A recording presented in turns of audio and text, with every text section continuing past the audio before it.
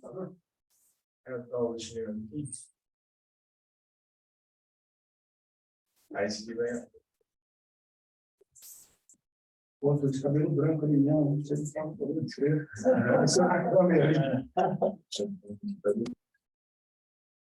A câmera muda tudo. É a câmera. Falei, pô. Qual é o seu nome? Nicolas. Ô, Nicolas. Você que vai apoiar a gente aqui, né? Vou ficar por aqui, né? Eu vou ficar feliz. Eu trouxe a apresentação, não para entrar, eu falei, vai que na hora dar algum problema aqui, se quiser colocar a apresentação. Aí, Nicolas, você está desde de manhã.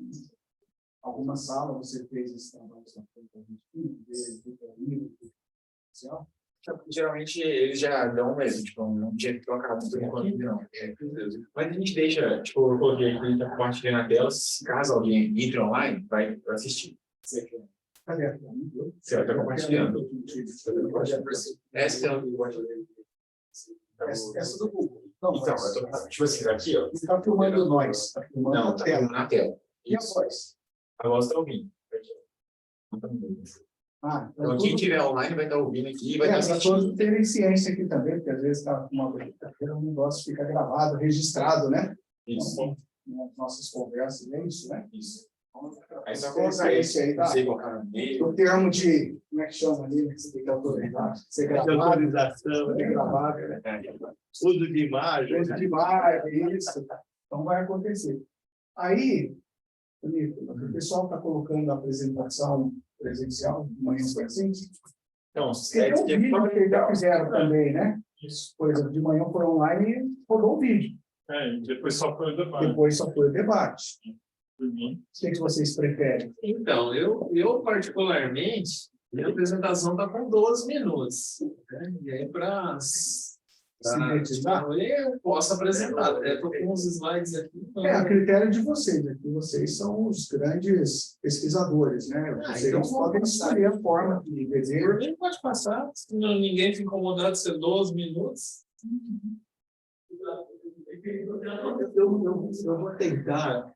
Apresentar é bem legal. porque Com certeza, eu prefiro. Eu estava preocupado com outra, como falou, né? Com outra atividade. Eu planejei para 10 minutos mesmo, no máximo. tem 1h30, né? Das 13 às 14h30, 4 trabalhos. Né? Agora é 5 para as 13, então a gente está no horário. Então, né? E eu vou tentar controlar. O moderador é mais para controlar o tempo, né? É o timer aí. Senão vai até. Porque 12h30 tem hoje, né? 2h40. É uma outra sessão. Então, 12h30, deadline aí. Ah, não, foi no. Aí eu acho que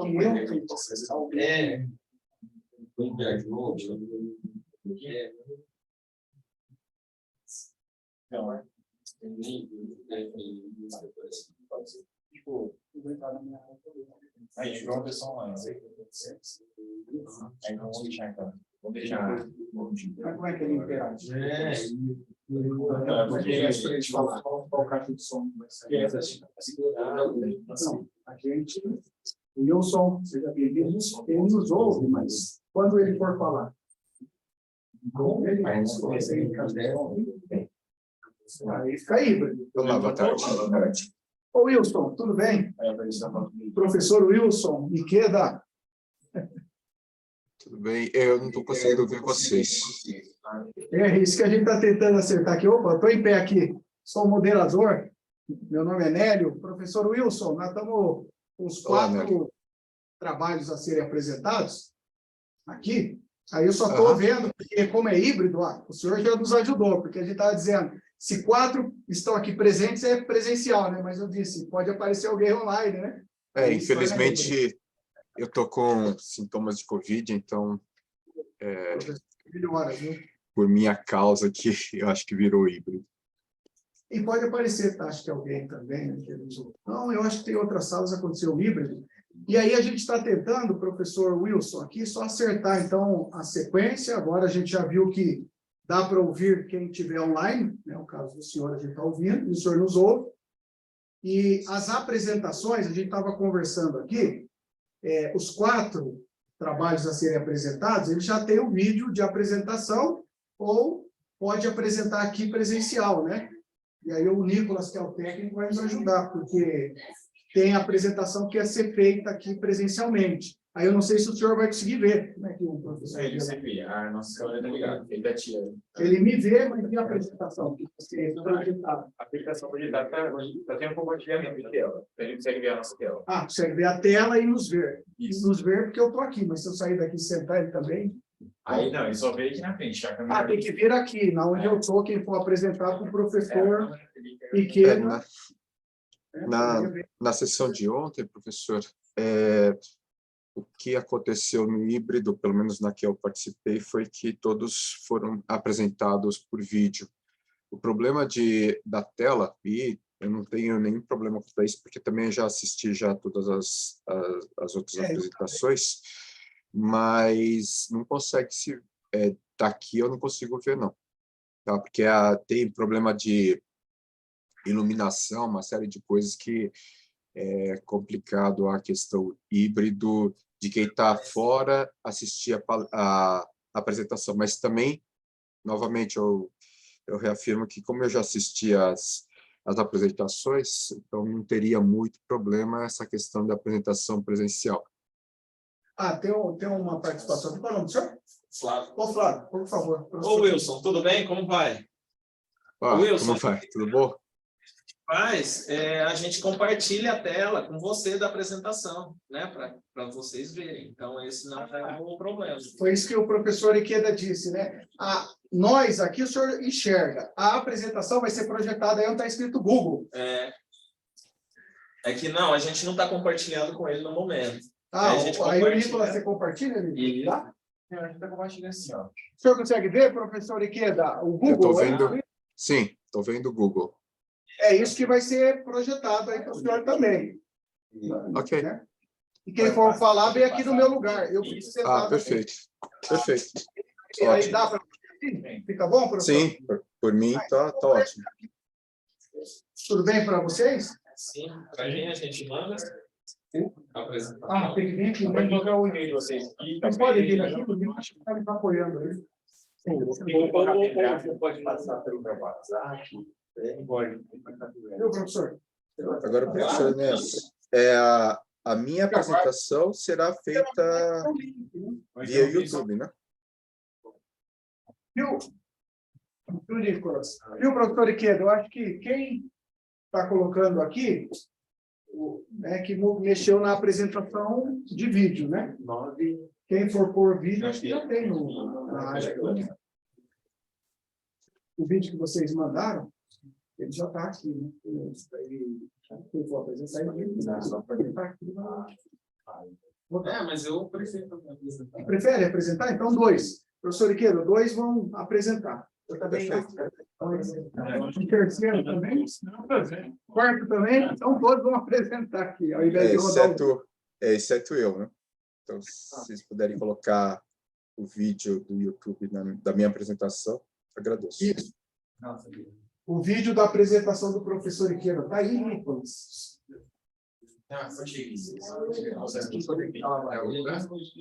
O professor Ikeda? O professor, o senhor daí, de onde o senhor está, ele consegue projetar lá, não consegue? Consegue compartilhar. Sim, eu consigo, mas eu prefiro que seja feito a apresentação pelo YouTube. Tá. Até porque eu tô com problema de voz, uma série de coisas. Tá. Vamos acertar aqui. Vocês. Aí, Nicolas, eu tenho que entrar com a minha senha de CMAs, daí eu puxo o trabalho lá do professor. E a sequência prevista? O trabalho está aqui? Não. O trabalho está aqui. Eu trouxe direto. Está no Oswaldo. Professor Ikeda, o senhor prefere começar apresentando? Aí é com o senhor, mas sim, se puder ter a preferência, eu gostaria sim. Assim, tendo em vista aí também a questão da saúde, a gente fica à vontade, né? Ao invés de esperar.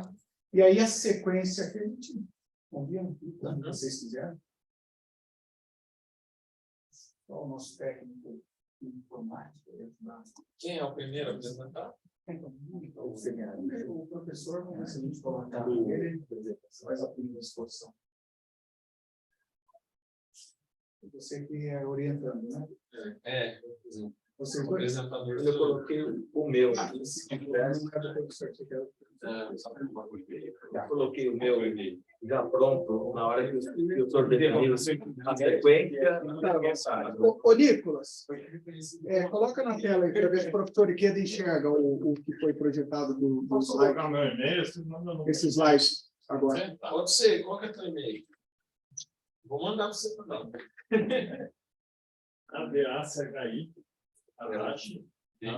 O senhor consegue. Você não projetou aqui, né? O slide. É o slide. O senhor consegue ver o slide, né, professor Iqueda? Eu consigo ver Está escrito Zoom. Zoom, clique em Zoom Meeting. Agora sim. Agora está aparecendo para o senhor? Histórico fusões de aquisições do setor de saúde do Brasil, mas essa apresentação em particular não é da nossa sessão, né? É que houve um rearranjo aí. Deixa eu tentar. Ok. O Tudo que bem. houve, professor Luiz, foi o seguinte: ontem, o professor que deveria fazer a apresentação presencial, o professor Sidney, ele foi hospitalizado. E nossa, que pena. o professor Marcelo Nelken, Aham. que comentou o seguinte: então participa da sessão presencial amanhã, que seria hoje, né, às 13 horas, aqui na sala E07 da FEA 1. E esse foi o motivo pelo qual essa apresentação foi trazida hoje. Entendido. Perfeito. Professor Iqueda, que é da casa, aí eu sou externo, né, professor Iqueda? Em princípio, acho que não há problema a apresentação. Eu não sei como procede depois burocraticamente, né? Então, na nossa sessão, nós teremos 5 apresentações, é isso? Então, eram 4 previstas aqui na programação, agora deve ser a 5ª. Mas o senhor é o primeiro. Eu só vou acessar aqui agora a área. Eu deixei o professor colocar. Tem mais alguém que vai colocar slide? Eu vou colocar primeiro. Porque deixa tudo aí, a gente vai numa sequência, para ficar 1h30, né? Estou até acessando via celular aqui a minha área do CMEAD, para eu ver a programação.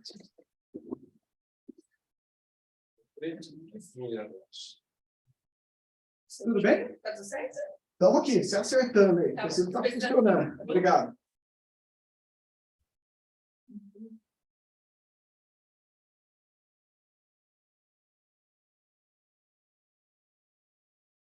O senhor compreendeu, né, professor? A apresentação feita, depois a gente tem que ver a burocracia para lançar. Ficar tudo legitimado, professor.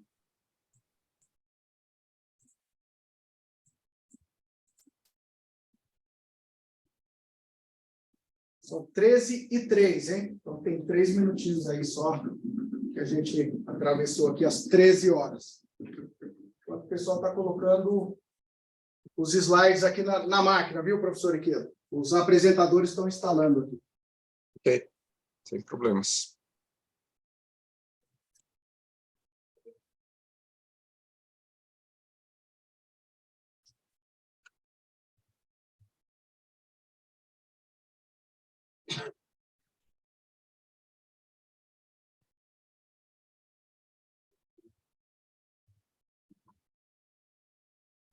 Olhando a minha área aqui, previsto. Tem trabalho.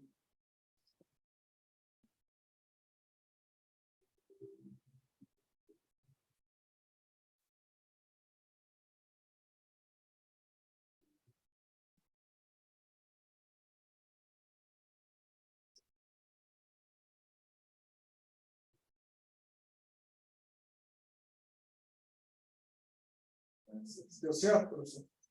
Isso, para acessar cada e-mail, WhatsApp nosso, lá tem que ter uma confirmação. Vamos ver se foi, né? Ah, chegou. Vou salvar na área de trabalho. Beleza. Isso, aí quando forem apresentar, o Nicolas vai receber você para ficar aqui para ajudar. Gente aí, tá? Aí o apresentador já tem que estar alimentado, hein? Aí, tá pronto. Aí o apresentador a gente coloca ali e segue tudo. A sequência melhor. Conseguiu? Consegui. Está sendo gravado, né, Nicolas? Viu, professor Iqueta? Está sendo gravado, né? Tudo que a gente está fazendo aqui. Ok. Eu compartilhei essa informação com todos aqui para terem ciência, né? Eu não recebi nenhuma assinatura de direito de imagem aí. Né?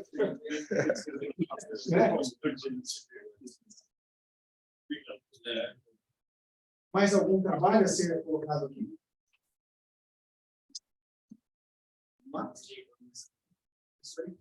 Está faltando o meu, que está no YouTube. Está na programação.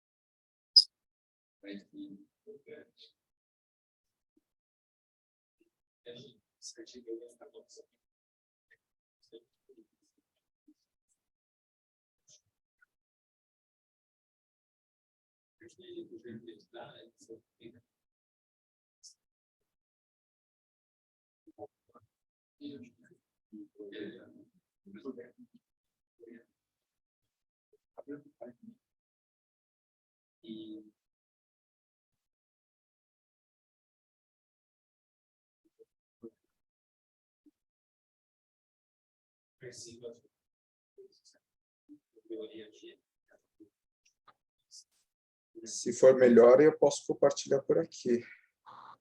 Você está encontrando seu escritório, é tanta feia aqui, que é só chegar.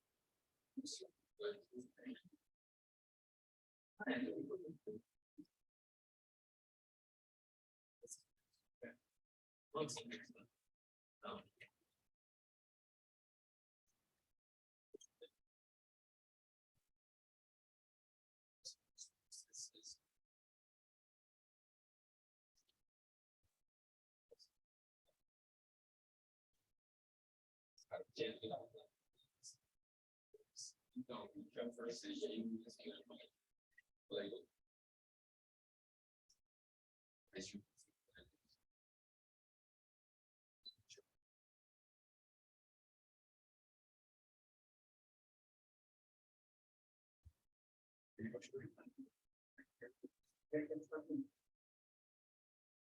Professor Iqueda, estamos tentando encontrar aqui o trabalho muito pior para ser projetado. Estamos encontrando aqui fácil. Se for mais adequado, eu posso compartilhar por aqui. O senhor prefere? O senhor Não, conseguir, é com vocês. o senhor conseguir, a gente agradece. Infelizmente, os vídeos hoje estão no YouTube. Estou procurando. Sem passar o vídeo. Tá. Vocês estão vendo a tela? Esse daí, então você vai. Professor, se quiser passar o link, aí no Zoom para a gente coloca aqui. Escuta, vocês não estão vendo a tela? Qualidade? Não. Não, peraí, só Não. Ficou aberto os e-mails. Agora está vendo? Agora a gente está vendo. Está projetando ali todos.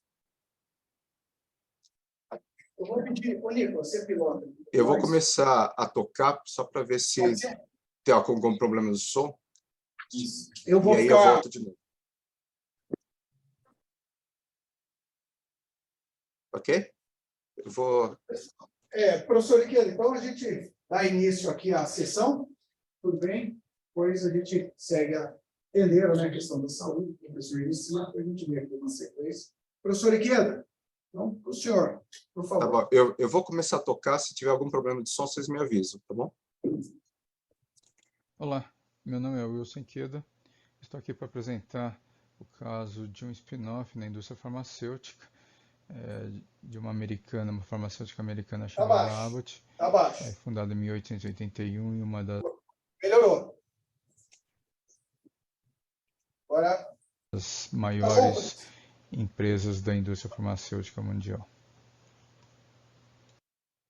Estratégias de spin-off têm sido utilizadas por grandes empresas farmacêuticas para fornecer um veículo de projetos interessantes que não são mais essenciais para o negócio da empresa. A Abbott fez várias aquisições ao longo das últimas décadas e fez também 2 spin-offs significativos. Em 2003, ela anunciou o spin-off de negócios globais de produtos hospitalares, que foi denominado Hospira, a receita anual de 2,5 bilhões de dólares. Em 2011, anunciou sua separação em 2 empresas de capital aberto, uma em produtos médicos diversificados, que manteve o nome Abbott, com receita anual estimada de 22 bilhões, e outra em produtos farmacêuticos patenteados, denominada AbbVie, com cerca de 18 bilhões em receita anual. Esse spin-off foi a maior cisão de todos os tempos no setor de saúde. Por meio de dados secundários, analisamos as decisões dessas 2 spin-offs com as seguintes questões: quais foram as circunstâncias para as decisões da Abbott, quais foram os determinantes para a decisão da cisão e quais foram as consequências para a controladora Abbott e para as subsidiárias Hospira e AbbVie. Spin-off é um evento que ocorre quando uma empresa distribui suas ações para uma subsidiária, criando uma nova empresa de capital aberto, e ela não envolve cash. Basicamente, existem 4 razões para as empresas optarem pelo spin-off: aumentar o foco no core business, facilitar a avaliação da empresa para analistas e investidores, remover negócios indesejados e melhorar o alinhamento das remunerações e incentivos dos gestores com o desempenho do mercado de ações. Shipper e Smith sugerem em seu estudo que os ganhos para acionistas podem advir de possível flexibilização das restrições regulatórias e fiscais e melhoria da eficiência gerencial, como redução do tamanho e diversidade da base de ativos. Esse estudo é uma pesquisa de caso exploratória com abordagem qualitativa e quantitativa baseada em fontes secundárias, e para avaliar o desempenho nós verificaremos os seguintes indicadores: retornos anormais cumulativos, que chamamos de CAR, após o anúncio da cisão, o retorno excedente de longo prazo após a conclusão da cisão, que chamamos de BHR, e o valor de mercado. Como medida do retorno anormal, nós utilizamos o CAPM, com janela de estimativa de 200 a 500 dias antes do anúncio de spin-off, e vamos verificar várias janelas para entendermos se teve retorno anormal. E a medida de desempenho a longo prazo, nós vamos utilizar um produtório do retorno de mercado com o retorno da ação no mesmo período. Em termos de vendas, a divisão hospitalar ela vem caindo ao longo dos anos antes do anúncio do spin-off. Teve um crescimento de 3,7%, mas depois do spin-off também o crescimento foi bem menor, foi 0,8%. Isso também é refletido na questão da Abbott, 9,9% e 6,9%.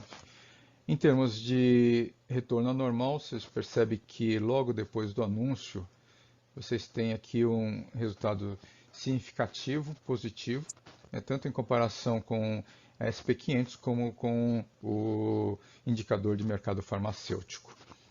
A longo prazo, teve ganho na Abbott, ganho na Hospira, e se comparado, esse ganho ainda é maior se comparado com as empresas farmacêuticas americanas Merck e Pfizer. Isso tanto em SP500 como em DRG.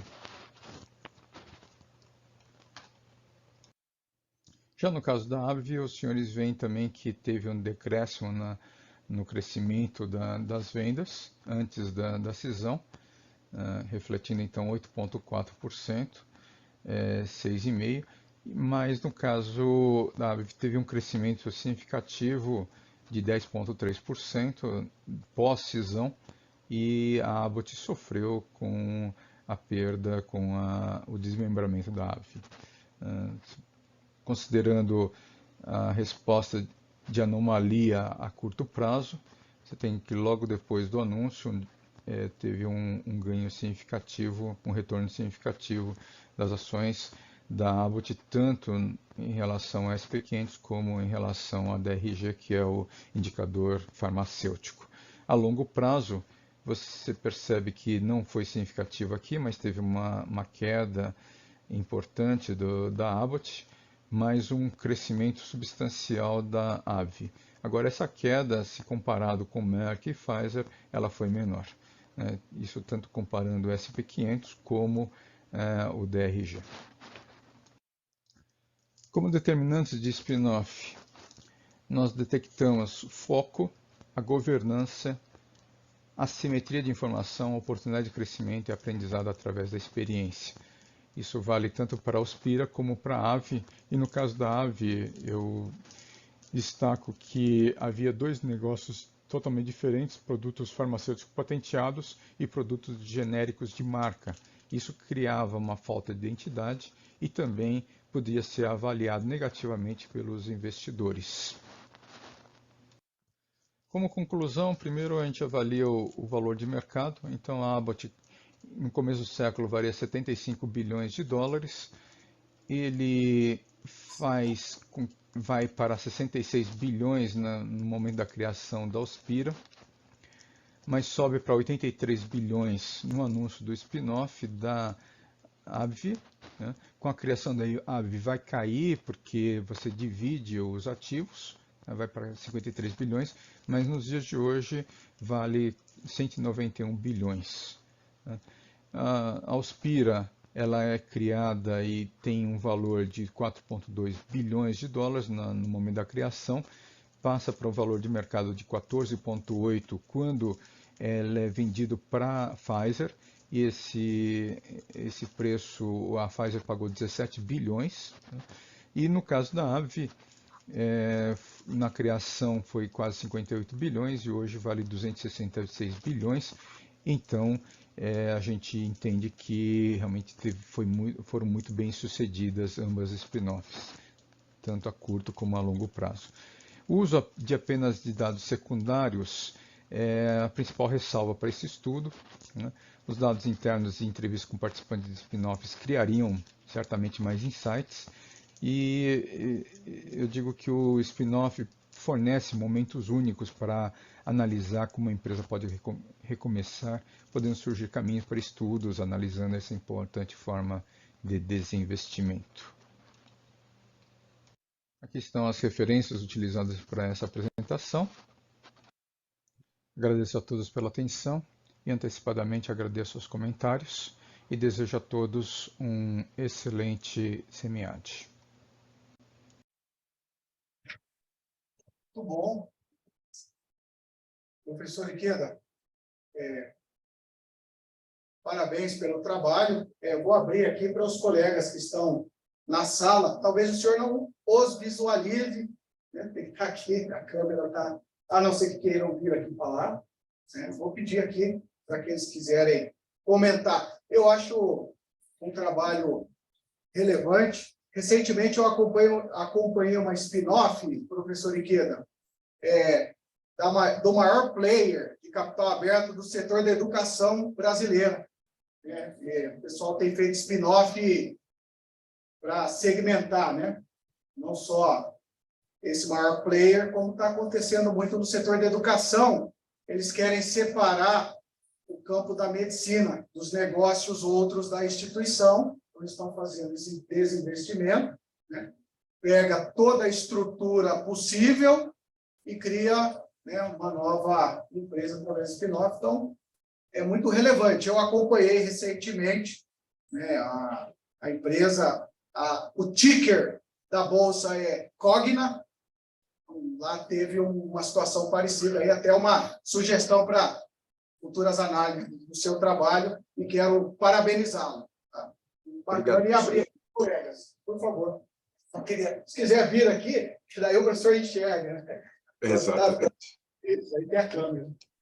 Professor Ikeda, eu queria só aproveitar essa oportunidade e perguntar se, por acaso, o senhor chegou a observar se outras empresas de laboratório estão tendo essa tendência de spin-off, algo semelhante ao que aconteceu no setor de educação, algo que inclusive vai ser objeto da minha próxima apresentação no setor de saúde aqui no Brasil, mas exatamente, no caso, outros laboratórios se estão nesse processo de concentração e apresentando, mostrando ganhos e vantagens, ou de alavancagem, ou financeira, diversos, ou aumento de receita, melhorando os indicadores de performance.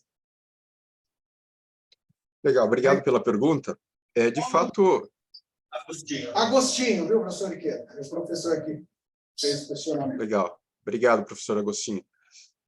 Então, professor Agostinho, é uma pergunta assim, como o senhor sabe muito bem, o mercado de saúde, especialmente o mercado farmacêutico, ele é bastante dinâmico, ele passa por várias tendências, várias situações. Em particular, nesses últimos anos, essa questão de spin-offs, ele está bastante alta, né? Você tem situações como, por exemplo, a Merck, em 2020, ele anuncia o spin-off de toda a divisão, toda a parte de saúde feminina.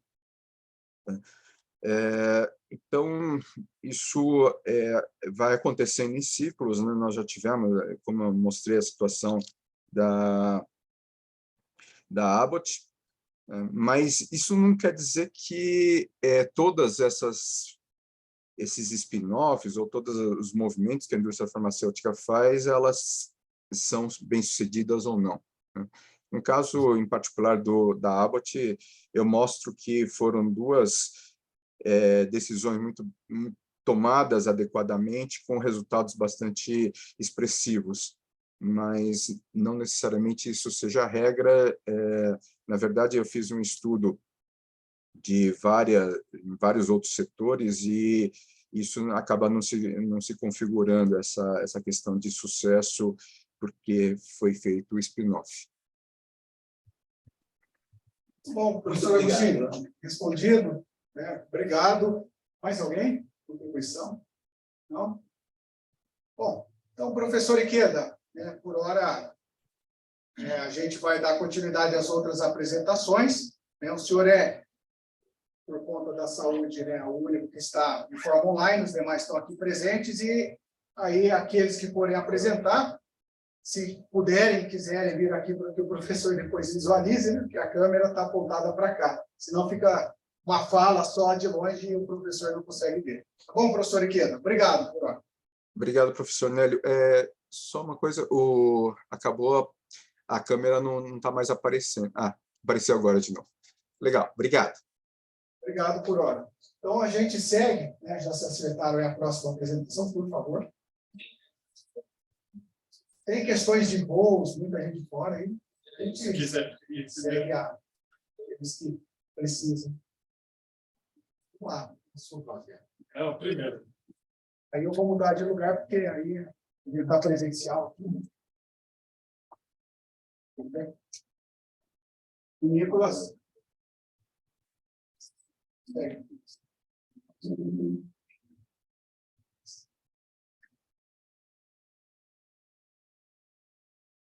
Eduardo Noril. Isso. Noril. É. Eduardo Noril, orientado aí pelo Leandro. Isso, Leandro Maciel.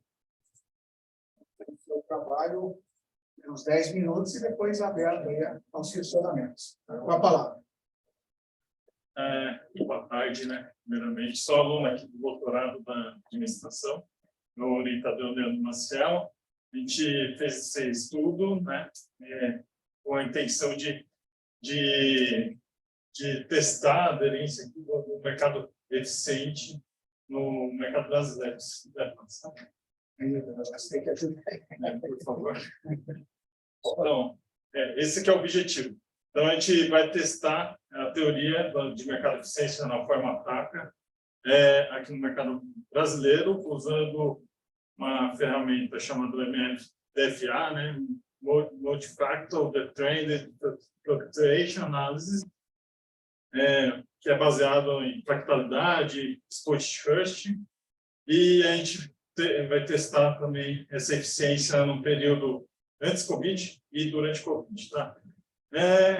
E o mercado eficiente na forma fraca, que a hipótese dele é que, se isso é verdadeiro, toda variação de preço respeita o random walk, é aleatório, né? É aleatório, então, teoricamente, você não consegue fazer nenhuma previsão com dados passados, né? Mas conhecido que ativos financeiros não seguem essa forma fraca aqui, muitos porque a variação de preço tem caudas longas, gordas, fat tails, isso, obrigado, fat tails. Então, ele não respeita muito isso, e a gente vai usar esse método DFA para testar isso. Teoria do mercado eficiente, né? Proposto por Fama, é o que eu já comentei, né? Na forma fraca, ele assume que todos os preços já refletem, todas as informações já refletem nos preços dos ativos do mercado.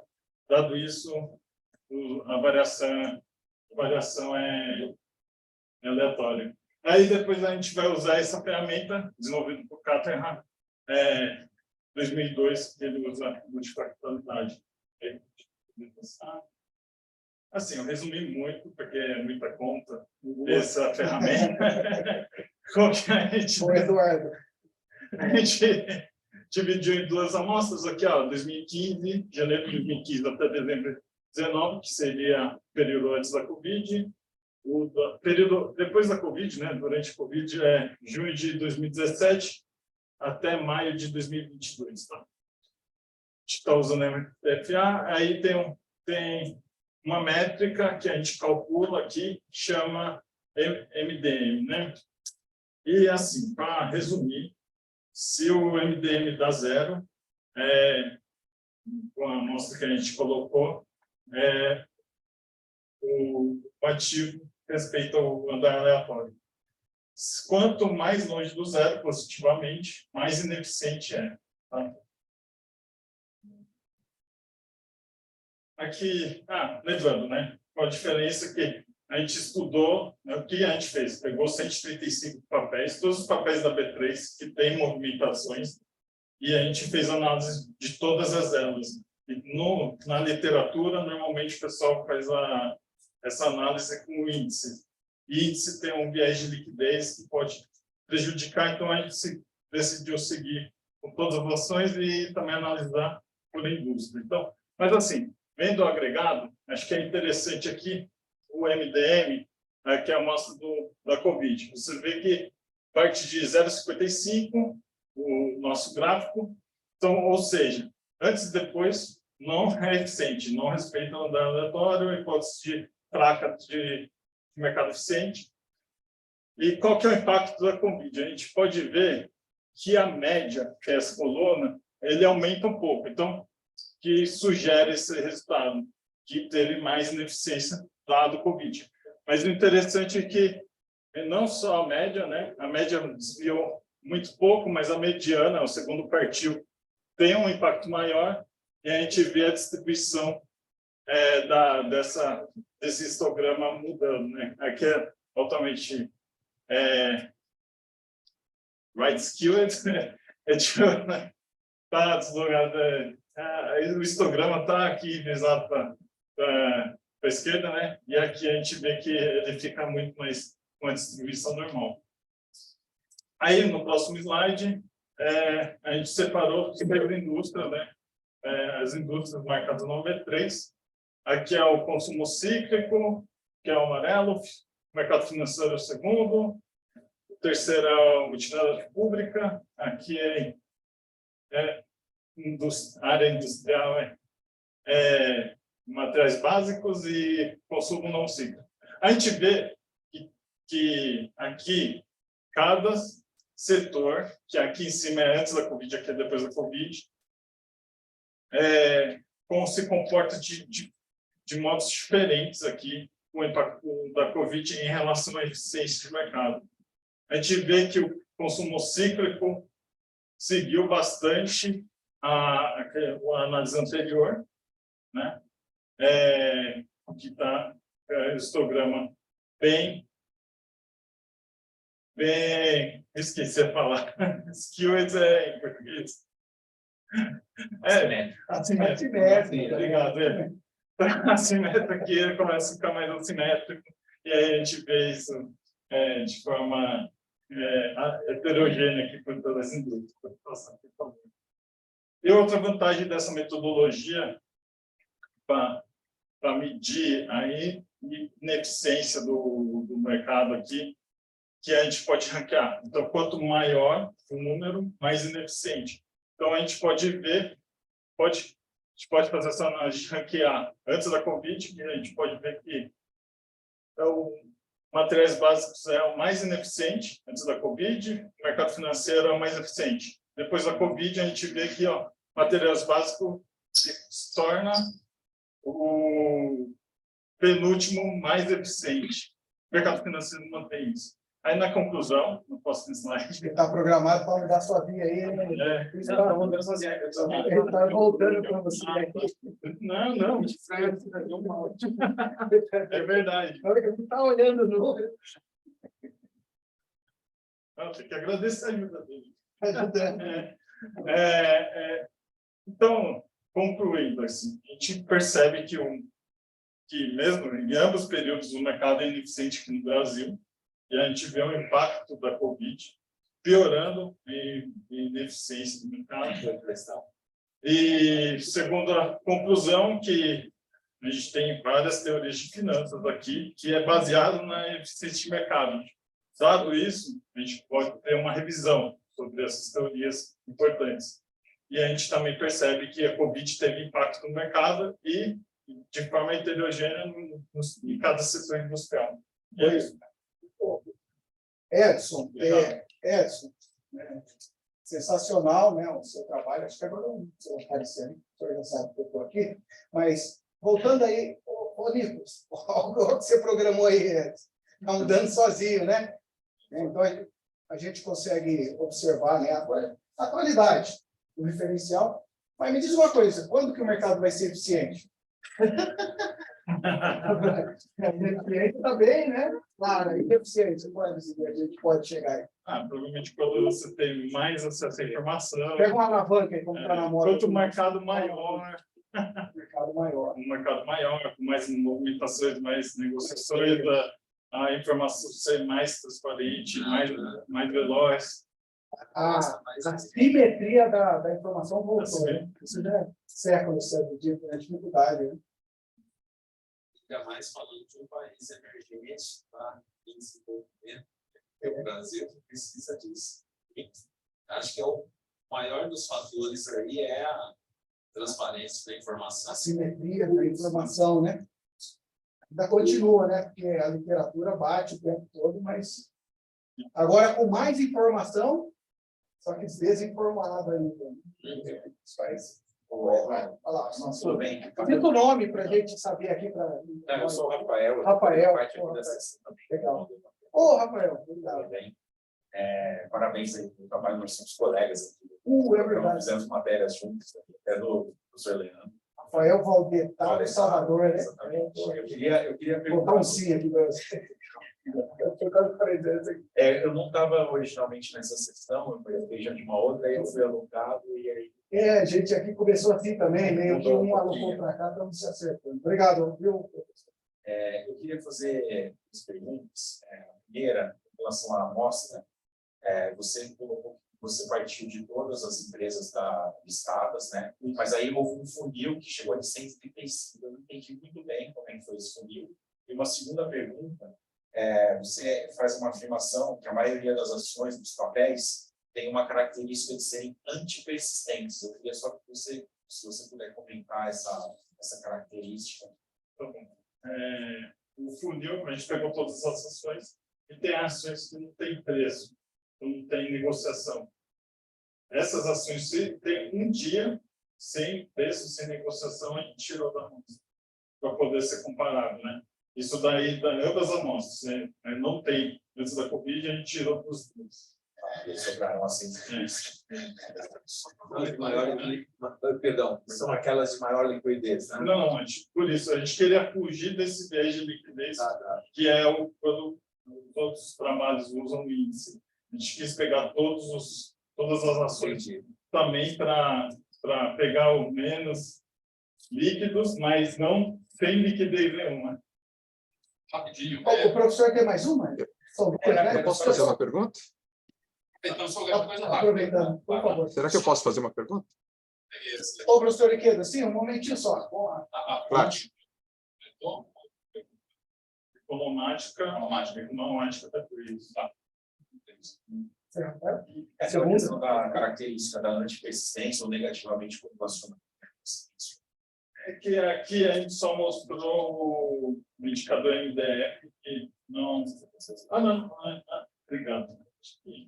O slide para de mudar aí, Eduardo. Eu acho que eu peguei aquele slide que eu usei para gravar. Ele ficou gravado, desculpa. Imagina. Então, tem o indicador MDF, mas tem um outro indicador chamado Squint Hirsch, que é acho que até mais famoso. E quando você calcula e dá o Hirsch igual a meio, ele é aleatório. Então, a gente analisou também esse indicador. Quando o H maior que meio, ele é antipersistente. Então, tipo, você tem pequenas variações de preço, próxima variação vai ser grande. Aí o contrário é verdadeiro. Se o H for menor que meio, ele fica persistente. Então, se você tem uma variação grande de preço, a próxima variação vai ser grande também. Isso está dentro desse estudo de multifactorialidade que a gente não Previsível. Fechou? Professor Iqueda. Eu queria fazer uma pergunta. Será que poderia primeiro tirar o compartilhamento? Que eu consigo... É isso. Obrigado. Bem, professora Haddad, primeiro... Haddad, né? Haddad, né? Eu só não conheço mais como é Haddad. Haddad. Então, professora Haddad, primeiro, parabéns pelo trabalho, pelo approach diferenciado. Eu fiquei com uma curiosidade na relação de como que vocês definiram o before COVID e after COVID.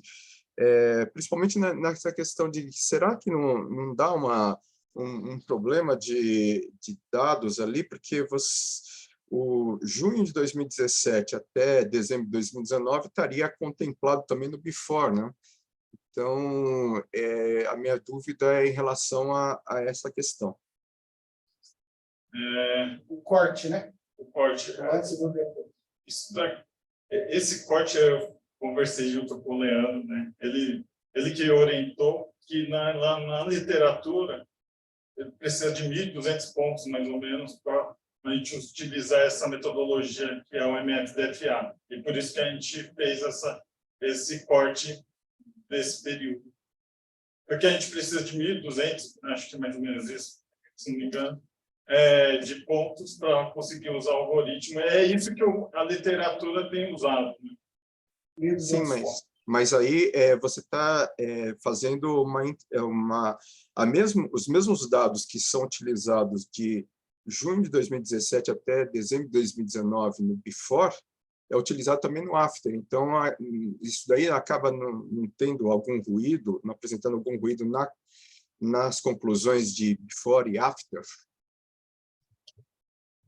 Sim, pode sim ter impacto, dado que tem os mesmos dados, o período está em ambos os O D era D, né? Pegou um pedacinho de cada ali acabando. Assim, no próximo passo, a gente evoluiu já esse estudo e a gente fez uma nova análise que a gente travou a janela e foi rodando a janela nessas duas amostras também. Que a gente observou que foi bem interessante.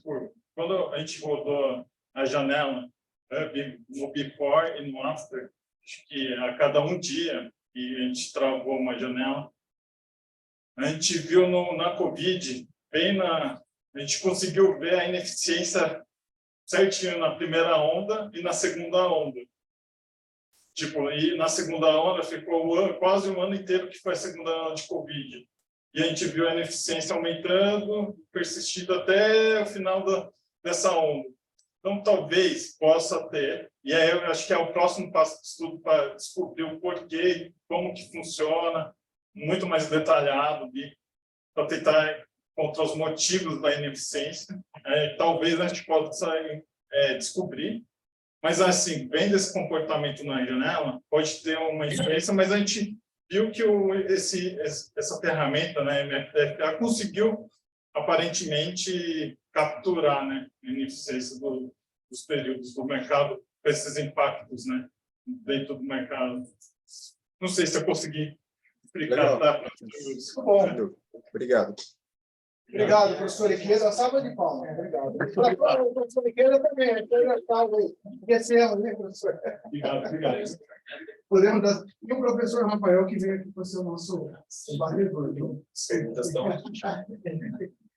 Podemos agora ter uma numeração. Agora que eu consegui chegar na hora de precisar, porque o 1063 e 1257. Então, acho que eu vou, porque o meu assunto casa muito. Qual o nome do senhor? Flávio. Beleza. Flávio é o Daniel, Isso. o Lucas e o Bumercito, né? Isso. Flávio. Qual você tem? É o Daniel. Qual que é, Daniel? Daniel ou Daniel?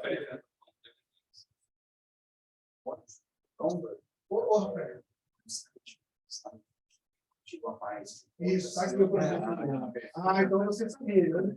Mas já... Bom, pessoal, 13 horas e 43 minutos, então a gente tem aí quase uma hora limpa, né? Até as 14h30. Vamos dar continuidade aí. Está sendo legal, não está, não? Que trabalho seu, hein? Parabéns. Vamos lá, você compartilhou a tela, né? Iqueda, você vê a apresentação? Estou vendo sim, Flávio. Legal. Mudou? Sim, Flávio, tá tranquilo. Que isso, Graciela, você me assusta. Tudo bem? Estamos aqui prestigiando, viu, professor Flávio? Graciela, desculpa, viu, Graciela? Cadê o Nicolas? Graciela, Uberlândia está presente agora. Só perguntar aqui, além da Graciela, tem mais alguém online? Tem, só tem Então, tá bom. Seja bem-vinda, Graciela. Obrigado. Vamos lá, pessoal. Primeiramente, eu queria agradecer a oportunidade de apresentar o trabalho aqui. Eu sou o Flávio, sou um dos autores desse trabalho. Eu sou orientador do Daniel. O Daniel faz mestrado em finanças na Universidade Federal de Uberlândia. O Lucas é o meu aluno de iniciação e esse trabalho é oriundo da iniciação dele, em colaboração, logicamente, com o Daniel e com um outro aluno que eu sou orientador no mestrado na computação. Bom, esse trabalho é bastante aplicado e eu peço a vocês toda a colaboração e fiquem à vontade para definhar o trabalho, porque ele tem, eu sei disso, inclusive vou apontar uma série de problemas que a gente aprendeu depois de alguns comentários que a gente recebeu nesse intervalo de tempo entre a aprovação e a efetiva apresentação aqui, né? Então, a gente vai fazer previsão de preço. Isso tem a ver um pouco com o que a Dash falou, né? E a gente utiliza ações do setor elétrico e isso tem uma razão que a gente vai comentar aqui, tá? Bom, rapidamente passando aqui, né? Por que a gente pesquisa isso, né? Então, a gente tem apenas um viés de investidores, trabalho, né? E a gente sabe que a população do Brasil ainda é muito pequena. Então, talvez essa informação possa fazer com que esses números mudem, né? E sejam cada vez mais expressivos. Então, acredito que a amplitude desse trabalho para o mercado de ações é enorme. A gente trabalha com a diversidade de informações. Então, isso pode ser útil para dialogar com as diversas formas de pensar e de analisar os dados.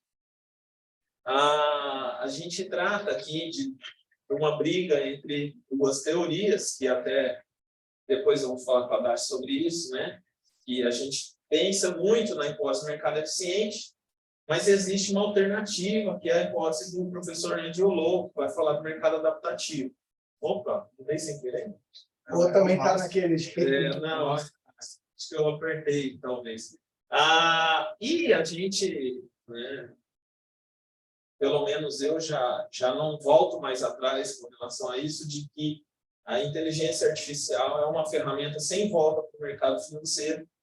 E, sim, o trabalho do Henrique é uma revisão de literatura, mas é absurda a quantidade de ferramentas que o machine learning mostra. Assim, olha, para o mercado financeiro, não necessitamos mais da estatística tradicional, quero separar aqui o machine learning mais atual, porque são muitas ferramentas novas, a cada dia uma nova, e que vai fazendo essa diversidade contribuir para a eficiência do mercado, coisa, né, que acaba dando essa volta. Bom, então, nessa perspectiva toda, né, que a gente faz é prever preços diários, né, máximos e mínimos. Então, a gente pega uma ação, então, prever quanto vai ser o máximo, quanto vai ser o mínimo, para empresas do setor elétrico, né, utilizando como ferramenta machine learning, tá? E aí, na hora de falar da metodologia, isso fica mais claro. Bom, o referencial teórico eu vou encurtar aqui, já que o Adachi deu a introdução do mercado eficiente, né? Eu vou falar um pouquinho da hipótese do mercado adaptativo, que é um contraponto. Ele apresenta isso, fala, olha, se não tem eficiência, então como a gente pode pensar? Razoavelmente nova, né? No finalzinho da década de 90, isso vem apresentar num artigo importante, 2004, que o mercado pode se comportar em ciclos, e aí não necessariamente ele é eficiente, né? Mas eu posso prever, existe a possibilidade de ocorrer essas previsões, justamente por esse efeito cíclico que existe, tá? E aí eu citei algumas literaturas aqui, dou destaque para a Lavoisieri, que é um trabalho de brasileiros que fizeram com ações brasileiras previsões de máximos e mínimos usando uma ferramenta também diária, e inclusive é o nosso benchmark aqui de pesquisa. Tá? Pena que deu umas fotos, mas vamos lá. Eu basicamente pedi para montar esse método gráfico aqui, né, da nossa metodologia. Então, a gente coleta dados a respeito dos preços, pegamos o índice Bovespa, pegamos o índice, e é por isso que a gente selecionou o setor elétrico, porque essa é uma informação que a gente queria testar, se o índice do setor ele é relevante para ajudar nas previsões, né? E utilizamos também o câmbio, que tem apresentado na literatura como uma ferramenta importante para fazer previsões, né? E aí a gente faz o pré-processamento todo aqui, cria algumas variáveis, seleciona aquilo que é útil, né? Divide a amostra como é necessário para treinar e depois testar, né? Usamos também a normalização para diminuir efeitos de ruído. Testamos as ferramentas SVM e fizemos um modelo híbrido, onde a gente capta as informações dos modelos de SVM, as previsões, e embutimos dentro de um modelo que é uma MLP. E a gente chamou isso de modelo híbrido, né? Ou seja, na MLP tem uma variável a mais, que são as previsões dadas pelo SVM. Então, uma hipótese que se levanta aqui será que outras previsões de outras ferramentas são úteis para fazer previsões? E utilizamos o modelo de benchmark Random Walk, ou seja, previsão de ontem, tecnicamente, se o mercado é eficiente, é a melhor previsão para hoje. Usamos as 3 métricas tradicionais de verificar se tem qualidade essas previsões. Então, medimos o erro médio quadrático, isso em percentual, e ele no formato absoluto, o erro médio absoluto. O MEI e o RMC, eles estão na mesma unidade do ativo, do preço do ativo. Então, eles estão em reais. Então, eles são comparáveis. E o MEI, ele é em percentual. E, por isso, eu consigo comparar entre ativos se isso é bom ou se é ruim. Então, e além do mais, por que eu faço 2 medidas associadas à mesma unidade de medida? Porque essa daqui, ela capta maiores discrepâncias. Então, o que acontece? Se eu tenho uma média de erro dada, eu consigo ver se essa média é confiável a partir da distância dela em relação ao RMSE. Se existe uma grande diferença, essa média não é o valor que você vai esperar assim. Então, serve como dispositivo de risco. Para entender se isso é útil para o investidor, a gente criou 2 estratégias, que a gente chama de low only e high only, né, e comparou com o random walk. Essa low only é como se eu só investisse no valor mínimo do ativo, e a high only é como se eu só investisse no valor máximo do ativo. Então, eu tenho a previsão. Então, eu começo o dia com o preço de abertura, fazendo a devida operação, para atingir o preço-alvo, sendo a mínima e a máxima prevista, né? Se isso não acontecer, eu encerro a operação no final do dia. E o Random Walk vai ser o mesmo pensamento, né? Eu vou utilizar o mínimo e o máximo do dia anterior como referência. E aí a gente analisa isso. Então, para analisar, basicamente, construímos essa matriz de calor, né? E aí, aqui, nós estamos com um erro percentual. Então, do ponto de vista científico, né, as melhores previsões que a gente vai achar por aí giram na casa de 0,6%, 0,7%. Tá? Para preços diários. E se eu pego, né, aqui os nossos resultados, a gente tem ativo que a gente chega a atingir 0,46, enquanto o Random Walk chega a 0,72. Opa. Vou voltar aqui. Então, pensem bem, do ponto de vista investidor, né? Você tem uma oscilação de 0,5% da sua previsão, está dentro do que oscila um ativo no dia a dia. Tá? O Random Walk vem para mostrar isso para mim, né? Que essa oscilação é o mais próximo do que acontece na vida real. A gente tem aqui também, né, no caso, 0,83 contra meio. E o modelo com base linear tem melhor comportamento que o modelo de base radial, que seria um modelo mais complexo. E o modelo híbrido tem resultados medianos, então não foi bem tratado. Para o preço máximo, a gente também tem comportamentos similares, aqui, ó, próximo de meio, né, em comparação com 0,68, 0,8 contra, né, 0,59 aqui, ó, contra 0,8. Então, a gente teve bons resultados com o modelo de SVM linear em relação a meio. Em relação a RMS e MEI, né? Essa de baixo seria a referência e eu olho se essa daqui é muito distante dessa para dizer, olha, essa previsão sua oscila demais. Então, vamos ver, por exemplo, melhor caso aqui, né, em torno de 6 centavos a ação da Copel, né, enquanto aqui dá 0,69, então 7 centavos. E aqui nós temos Copel 0,7 e 0,10. Ou seja, no próprio, a variação no Random Walk é muito maior, né, ou seja, na vida real ela é muito maior do que a variação nas minhas previsões, né, que deram um X.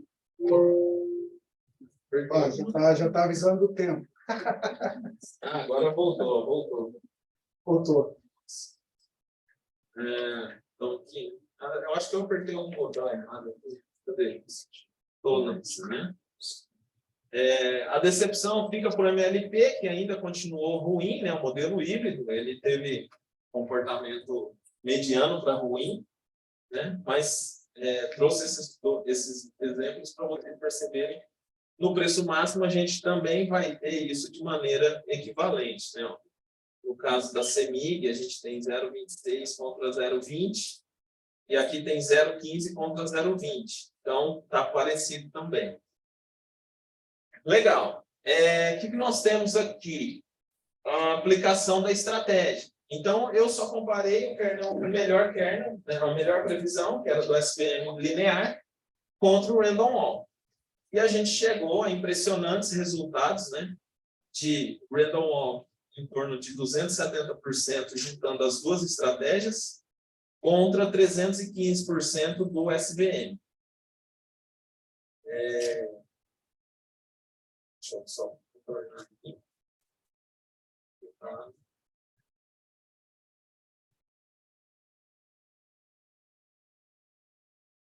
Isso. Separadamente também, se eu quiser apenas uma única estratégia, em todos os casos, eu tenho melhor performance no modelo de SVM. Tá? Só teve apenas alguns poucos casos em que o SVM teve desempenho pior que o Random Walk, que foi o caso da CSRN, né? E aqui, no caso completo da CBR. Depois, praticamente todos os outros performance superior. Então, fechando aqui a conta, né? O modelo híbrido não funcionou, então precisa ser melhorado, né? O SVM linear foi melhor do que o trabalho base, né? E, consequentemente, também contra o Random Walk. Então, é comparável aqui justamente porque a gente tem ferramentas em termos percentuais.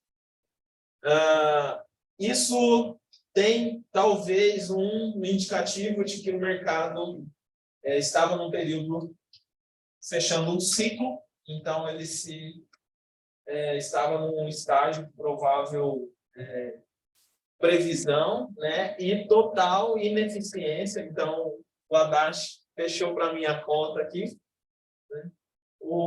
Mas, por outro lado, aqui a gente trabalhou com poucos dados, essa é a nossa grande limitação, né? Então, o que a gente vai fazer? Nós vamos tentar fazer um modelo de janela rolante, onde eu consigo aproveitar por um espaço de tempo muito maior. E, de repente, incluir análise de sentimento, que a gente já tem essa ferramenta em desenvolvimento, e pode ser um indicativo também do ponto de vista do investidor, né? Tendo também a participação das nossas previsões. Então, a gente captaria todas as diferentes visões sobre o que está acontecendo e, utilizando ferramentas desse tipo, a gente chegaria nesses resultados.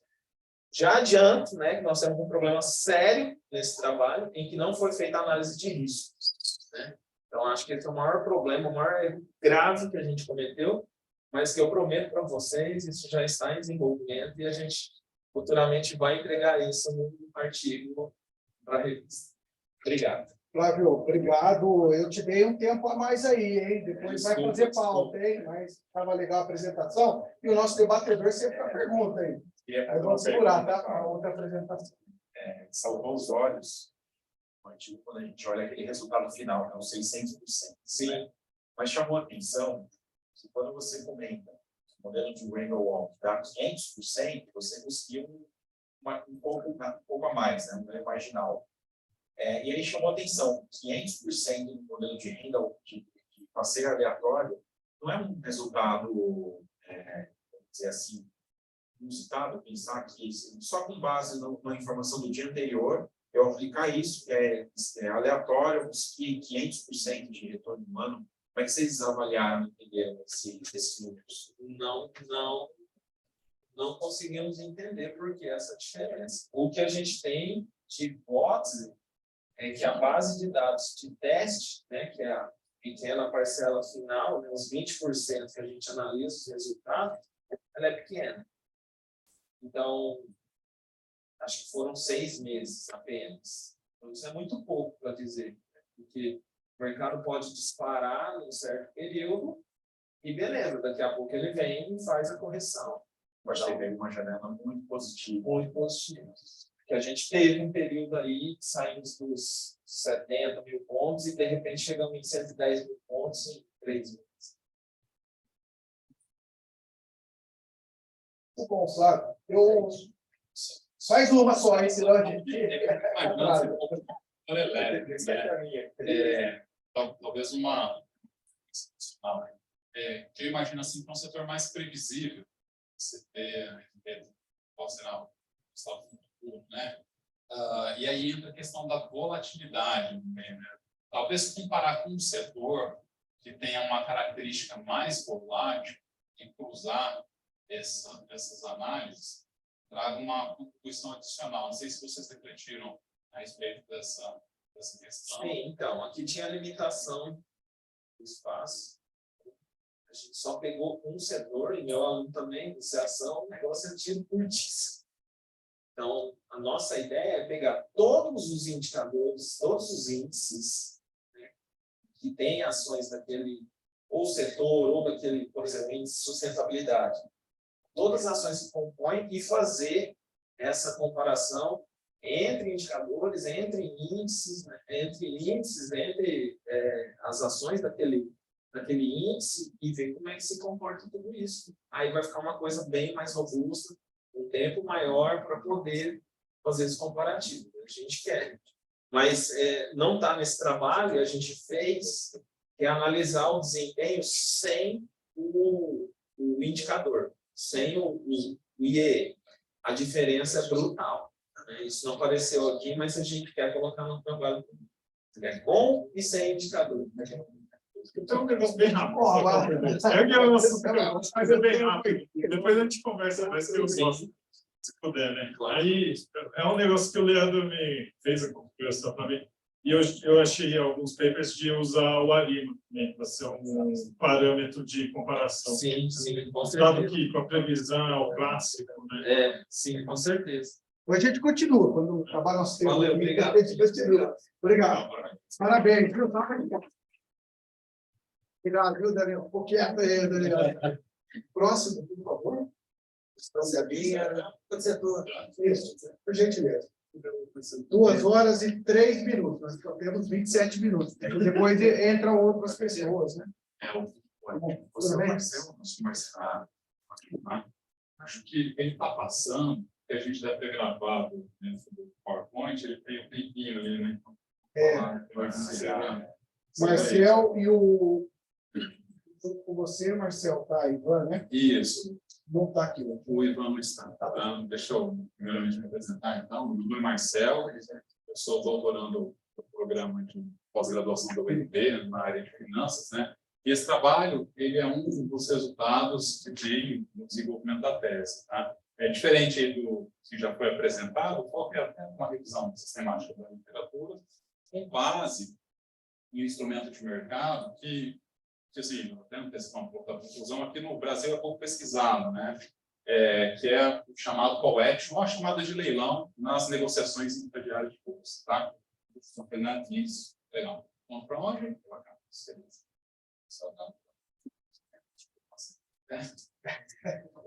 Não bloqueou, eu apertei errado. O trabalho ele tem na escola, investigar pesquisa sobre o instrumento de negociação que é utilizado por acabei mandando esse aí, que é o computador de gravação do PowerPoint. Desculpa, tá? É que se deixa abaixo também.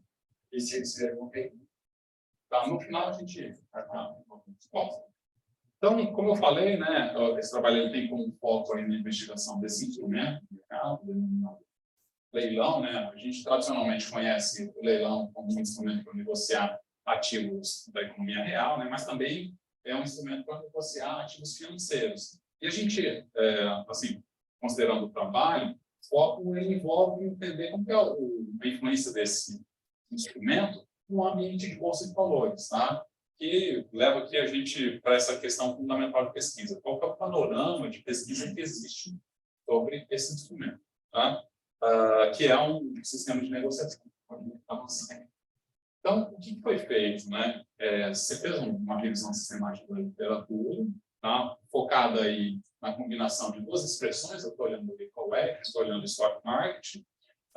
No resultado final, a gente focou nessas duas bases de dados, não vai ser na escola, tá? E trouxe 87 trabalhos, tá? Depois ali de alguns tratamentos, excluindo alguns trabalhos que foram encontrados relacionados à situação como indústria de carvão, mercado de energia, que não tem nada a ver com o nosso foco, tá? A gente chegou nesse resultado final. Ok? E aí, após a leitura, a análise de todos, a gente acaba agrupando os trabalhos encontrados, não sei se está claro para todo mundo, né? Mas nesses 9 temas de pesquisa. Tá? Então, os trabalhos que mais apareceram, eles envolveram análise justamente sobre o sistema de negociação. Né? Então, para exemplificar rapidamente, existem alguns mercados em que isso não existia, né?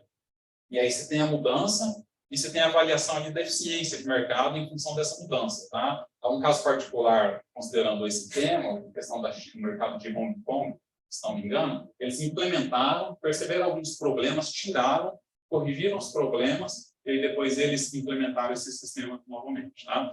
Mas também a gente tem discussões considerando esse instrumento, que envolver, por exemplo, questão da liquidez, questão da volatilidade, tá? E assim por diante, considerando todos esses temas, né? Aqui para pontuar, questão do preço, a gente fala ali na questão, por exemplo, do price discovery, né?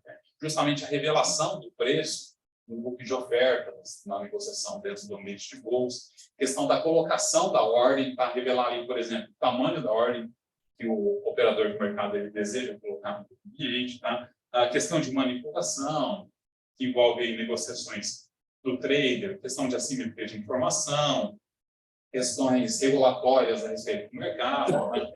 Algumas questões de anomalia e, por fim, aí, algumas questões que casaram com as características de ativo, né? Por exemplo, vencimento de contrato futuro, entre outras considerações. Tá?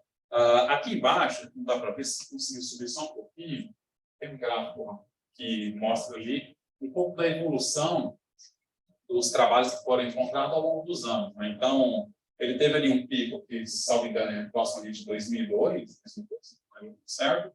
E mais recente voltou a ser um instrumento aí bastante demandado para pesquisa. Tá? Uma queda nos próximos anos. Pode começar.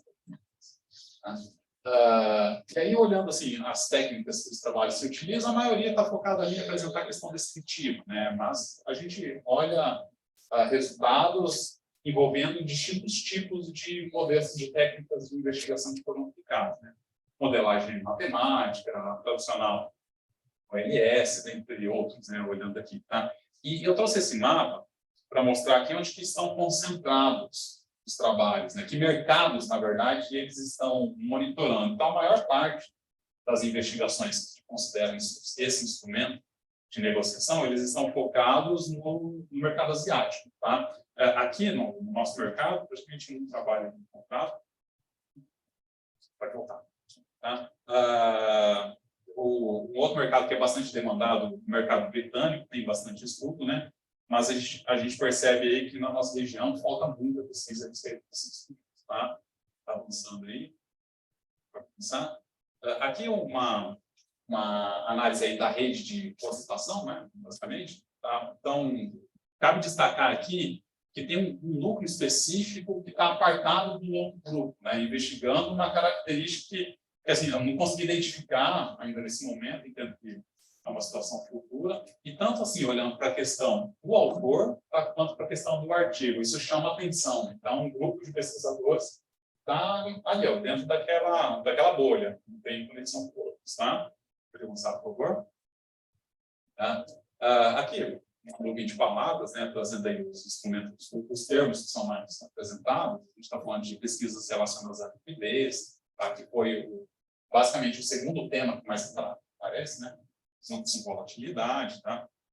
O próprio call action, né? Mas o curioso, que talvez eu queira destacar aqui, é essa rede de citação histórica, né? A gente percebe que a maior concentração dos trabalhos, eles estão nesse período aqui. E aí consegue pontuar alguns trabalhos seminais, né, que datam, eu não consigo ver aqui, mas por volta ali do final da década de 90, os trabalhos seminais que envolvem esse instrumento de mercado, para chegar até aqui algumas pesquisas mais recentes. Pode passar, por favor. Tá? E aí, para resumir, fechando aí com a conclusão, né, existem algumas abordagens de pesquisa que podem ser mais exploradas, e na nossa análise envolve aqueles 9 temas que foram apresentados. Tá? Uma curiosidade que as investigações a respeito desse instrumento, elas estão concentradas em poucos mercados, especificamente ali no mercado asiático, e no Brasil existe esse instrumento de negociação. Tá? E essa questão aí das redes isoladas, né? Tem grupos de pesquisa que estão dentro de uma bolha. Então, por fim, fugiu aí um pouco da questão mais quant, né? Trazendo aqui um aspecto mais quali dentro desse contexto de finanças, como eu falei, é um pouco do resultado do quali que está sendo desenvolvido. Tá? E é isso, aí avançando só para mostrar um pouco das referências, eu acabei colocando todas, né? Para deixar no vídeo, mas pode passar. E me resumo com isso. Eu queria até que contribuíssem bastante aí para eu poder avançar mais com esse trabalho. Ô, Marcelo, parabéns. Inclusive, você atendeu bem o tempo, né? Até porque só tem o trabalho, nós temos 19 minutos. Então, a gente conversar um pouquinho ainda. Legal. Deixa eu fazer uma primeira pergunta. Primeiramente, parabéns pelo trabalho. Eu achei bem legal 2 pontos. Né? Primeiro, assim, dá para ver claramente que onde tem aquele pico de pesquisa, né, coincide com no final da década de 90, muitas bolsas migrando para o pregão eletrônico. O leilão é uma ferramenta, né, que passou a ser compor aí do dia a dia das bolsas no pregão eletrônico. Né? Mas eu achei muito legal que você conseguiu separar aqueles 9 temas, né? E aí eu fiquei curioso de perguntar se, porque eu imagino que a partir do momento que você tem essa literatura sistematizada, você vai partir para um objeto de pesquisa. Se você tem já uma definição clara de algum daqueles temas que você vê que tem um potencial, que você acha interessante de aplicar aqui no mercado brasileiro. Assim, olhando para todos, tem muita coisa para pesquisar. Né? Por exemplo, eu vou começar respondendo sua pergunta do mais difícil, que é o seguinte. O que mais aparece é a respeito de estudos sobre a mudança do sistema. Né? A gente capturar essa modificação é difícil. Tá? Eu mesmo tentei entrar para a bolsa para pegar justamente essa data, essa informação, fazer análise antes e depois, né? Não tive essa resposta até o momento. Então, eu vejo essa uma certa dificuldade. Mas, por exemplo, olhando a questão da liquidez, da volatilidade, né? Eu estou ocupando o mercado todo, inclusive o computador está rodando, capturando dados. Né? A gente percebe que a questão da liquidez, da volatilidade, ele é um campo de pesquisa para avaliar esse momento do mercado, né? Porque no nosso mercado, não no nosso mercado, mas o leilão, ele foi utilizado basicamente em 3 momentos. Na abertura, tá? Durante o dia, quando a gente tem movimentos muito bruscos, e no fechamento. Né? E falta bastante estudo aqui no nosso mercado sobre liquidez e volatilidade, considerando essas situações. Né? Então, até mesmo não encontrei nenhum. Né? E os outros temas também, as características dos produtos, por exemplo. Avaliar o que acontece, até combinando os temas, né? Da liquidez com a volatilidade, olhando o vencimento de opções, olhando o vencimento de contratos futuros, situações do tipo. Eu acho que tem bastante pesquisa. Mais uma coisa? Só voltando no tempo, né? Esse momento em que o leilão ele acontece no meio do pregão por uma razão de movimentos custos, eu acho que aí tem um ponto interessante de pesquisa de associar isso por causa desses eventos, né, momentos de estresse, e a função do leilão, que é propiciar, né, uma certa estabilidade, uma certa transparência, principalmente pensando nesse ponto. Nossa, questão de assimetria de informação, bastante fértil aí para pesquisas. Legal, professor Marcel, professor Rafael, obrigado. Obrigado. Aquela salva de palmas sempre aí, né? Então, agora a gente passa para a última apresentação desta questão. Obrigado, professor Neto. Muito obrigado.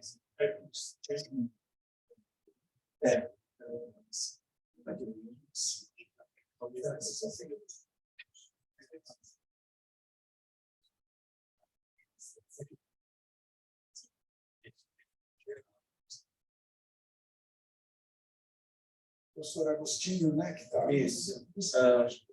Obrigado, professor. Eu estou aqui no meu escola original. Muito obrigado pela apresentação. Os professores que participaram desse trabalho, o professor Sidney, conhecido também o professor Osvaldo, também estou aqui no Mackenzie, eu, e 2 alunos que se formaram, tá? Que já estão aí trilhando seu próprio caminho. Quando nós começamos esse trabalho, nós procuramos exatamente alguma coisa na área de saúde consistente, tinha principalmente na área de M&A. Então, nós começamos a levantar os eventos recentes, e todos eles foram sistematicamente muito recentes. Então, nós não temos assim uma literatura, não temos grandes contribuições sobre as operações de M&A, principalmente durante esse período de pandemia. Nós já havíamos observado movimentos semelhantes na área de educação, na área de elétrica também nós tínhamos observado algumas fusões e aquisições, principalmente do estrangeiro, mas o movimento aqui na área de saúde foi muito intenso e muito forte. E aí, na área de saúde, nós estamos chamando tanto o caso de plano de saúde, hospitais e também laboratórios. Então, a concentração foi muito grande em cima desse processo.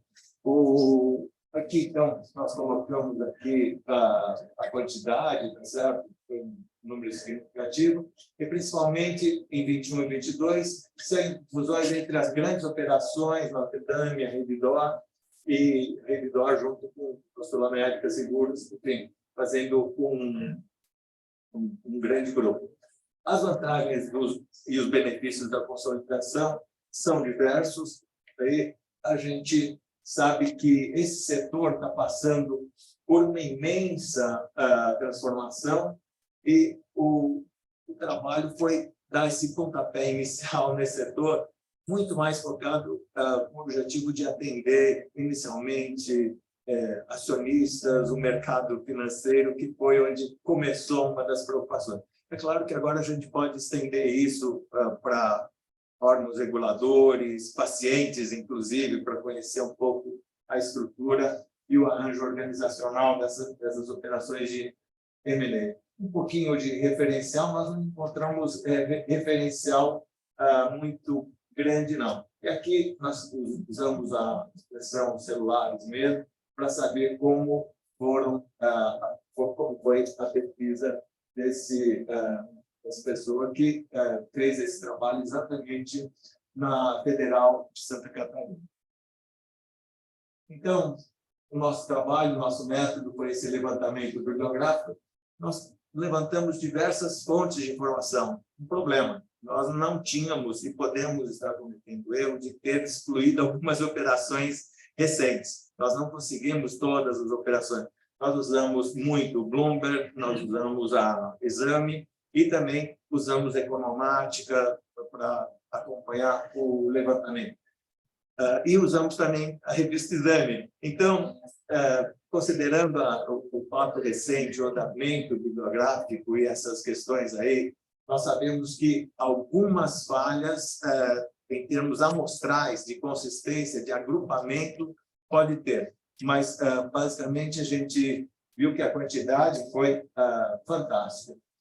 O levantamento aqui do potencial do setor do Brasil, junto com a Agência Nacional, ANSS, o resultado líquido das operadoras do plano, somente planos de saúde aqui do ano passado, pegamos informações de 2018, 2019, 2020, e olha só o que aconteceu aqui em pleno Covid, né? Um resultado extremamente baixo quando comparado com os anos anteriores. A expectativa para 2022, 2023 é que deva, em consequência desse evento aqui, voltar a níveis significativos. Só que dentro de um novo arranjo institucional.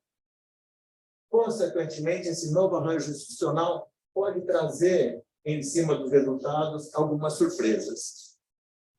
Aqui nós começamos a separar o market share, pegamos as mais importantes, Notre Dame, 9% é a mais importante. Só chamar a atenção aqui do FIDA e do Bradesco, são os 3 planos mais significativos, tá certo? A Mil, claro, é um pouco, ocupa também uma participação.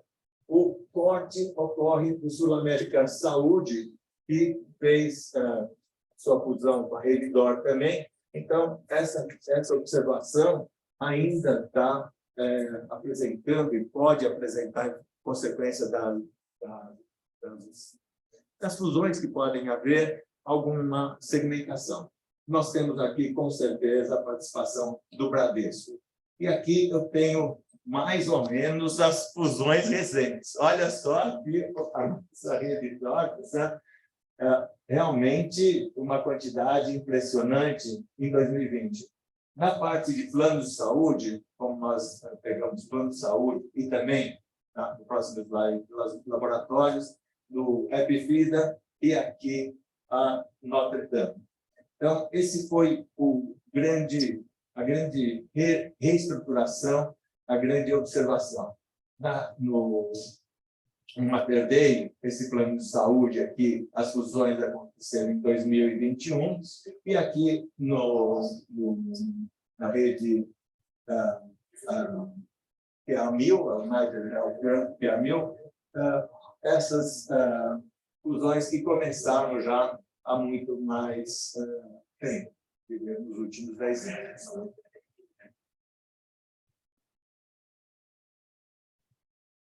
A DASA também, na parte de laboratórios, Fleury e o Aires Pardini também na parte de laboratório.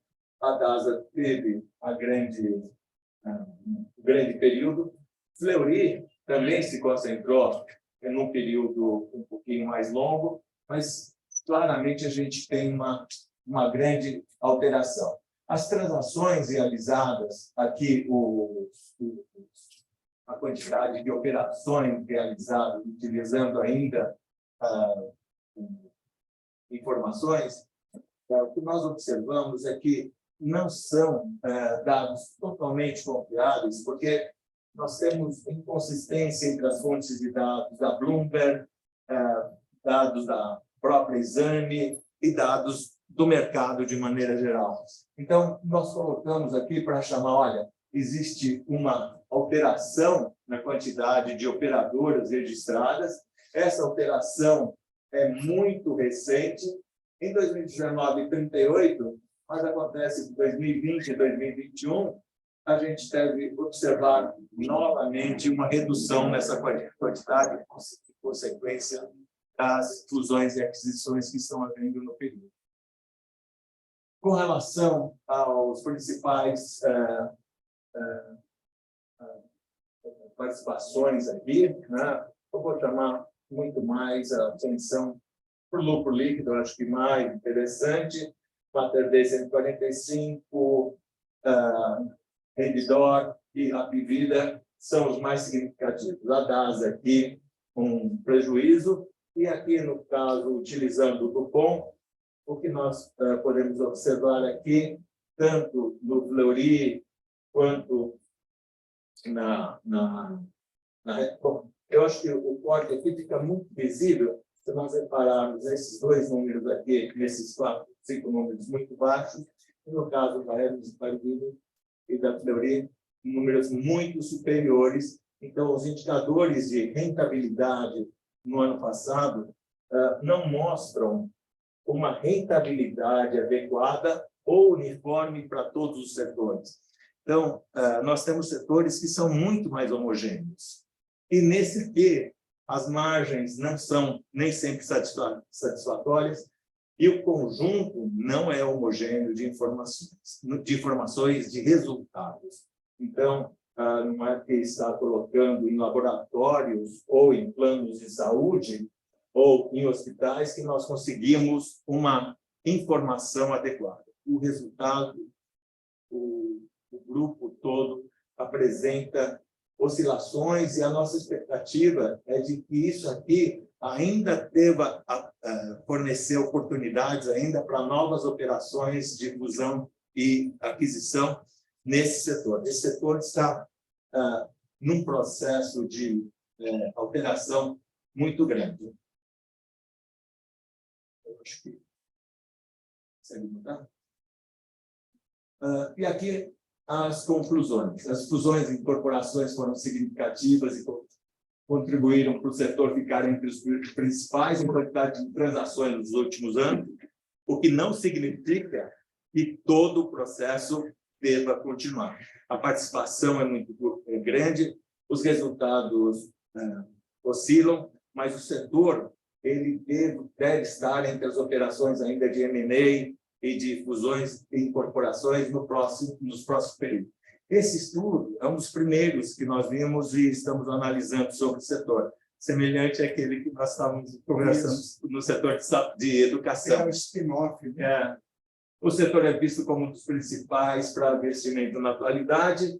O ano 2020 é considerado o principal nas transações do setor de saúde associado com o período de pandemia, claro. Os resultados são observados na Bolsa, as ações da Rede Vida, Redditor, Mater Dei, com crescimento de volume de capital nos últimos anos. O retorno dos acionistas, imediatamente após a pandemia, foi insuficiente. Permanece a dúvida se, além dos números expressivos, em transações e valores, haverá retorno dos acionistas do processo, aqueles dados de rentabilidade e de ROI, de remuneração, variam muito e grande quantidade ainda apresenta resultados insatisfatórios. Também é esperado novos estudos futuros que possam endereçar melhor os resultados dos stakeholders. Falta um pouquinho mais de análise para a consolidação e melhor análise de resultados do conjunto de amostra que nós fizemos. Nós achamos que observamos poucos, mas os resultados mais estratégicos, o que nos significa serem os mais adequados. Então, a gente sabe que tem uma falha nisso. Uma parte da falha se deve realmente à amostra que nós estamos lidando e ao fato de também sermos, eventualmente, os primeiros a lidar com esse setor em concentração. Todo trabalho inicial tem também esse problema. E a gente precisaria melhorias de eficiência e alterações de regulamentação do setor. Isso também altera o ambiente em que estão inseridos as nossas empresas. Isso é fundamental para que nossos trabalhos também continuem. Ou seja, nós separamos laboratórios, hospitais, planos de saúde, talvez uma reorganização melhor e talvez a forma com que um novo laboratório possa se rearranjar, consolidando com plano de saúde e hospitais, esse processo todo talvez possa merecer uma mudança ou uma alteração legal e que pode provocar alterações no resultado também. Basicamente é isso. Muito obrigado. Obrigado, professor Agostinho. 2h29, né? Nós encaixamos um trabalho a mais, éramos 4, né? O quinto tem aqui 1h30, depois tem uma nova sessão, então vamos mais alguns minutinhos, tá, professor? Uma pergunta que depois entra outra sessão. Alguém quer fazer uma pergunta? Eu posso pensar. Parabéns aí pelo trabalho, é super interessante. Na verdade, não é tão uma pergunta, é só uma pequena ideia de contribuição, de repente, para o trabalho futuro, né? A gente acompanha, né? Parece que o mercado de saúde subiu o mercado de capitais, ou vice-versa, né? E tem tido muitas operações, né? Você bem colocou. Existem operações que são consolidadoras, né? Então, é a empresa comprando o seu concorrente, fazendo fusão com o seu concorrente. Mas, ao mesmo tempo, até o exemplo que você colocou, da Sonérica, do Redditor, é um exemplo de aquisição de forma vertical. É uma empresa fazendo a sua fusão com um fornecedor ou com um cliente, né? É o laboratório, o hospital, é o plano de saúde e o hospital. Então, uma ideia seria separar por tipo de operação, se há uma operação lateral ou é uma operação vertical. Eu acho que isso traria um bom insight para o trabalho. Seria excelente. Obrigado. A gente tentou organizar isso e a indicação correta. Eu precisaria mesmo. Eu acho que precisa incorporar realmente isso no trabalho. Perfeito. Porque até a gente consegue entender o que é o movimento, esse movimento. É um movimento mais de consolidação ou é um movimento mais de verticalização das empresas? Qual o objetivo com que foram feitas as operações de M&A? Perfeito. Já que tem 3 tipos e a gente poderia melhorar. Perfeito. Acho que é um caminho para melhorar mesmo esse trabalho. Muito obrigado. Mais alguém? Moderador aqui, tentando controlar o tempo, né? Esse é o papel que a gente desempenha. A sessão, professor Agostinho, aquela sala de palmas também, né? E só tem trabalho brilhante. Como tem a questão online, o professor Iqueda, e a Graciela, lá em Minas, a gente está terminando a sessão, prevista para as 14h30, 14h31, a gente passa a bola aí depois para outra sessão que tem nesta sala. Quero agradecer a presença de vocês de forma online. Espero que tenha dado certo.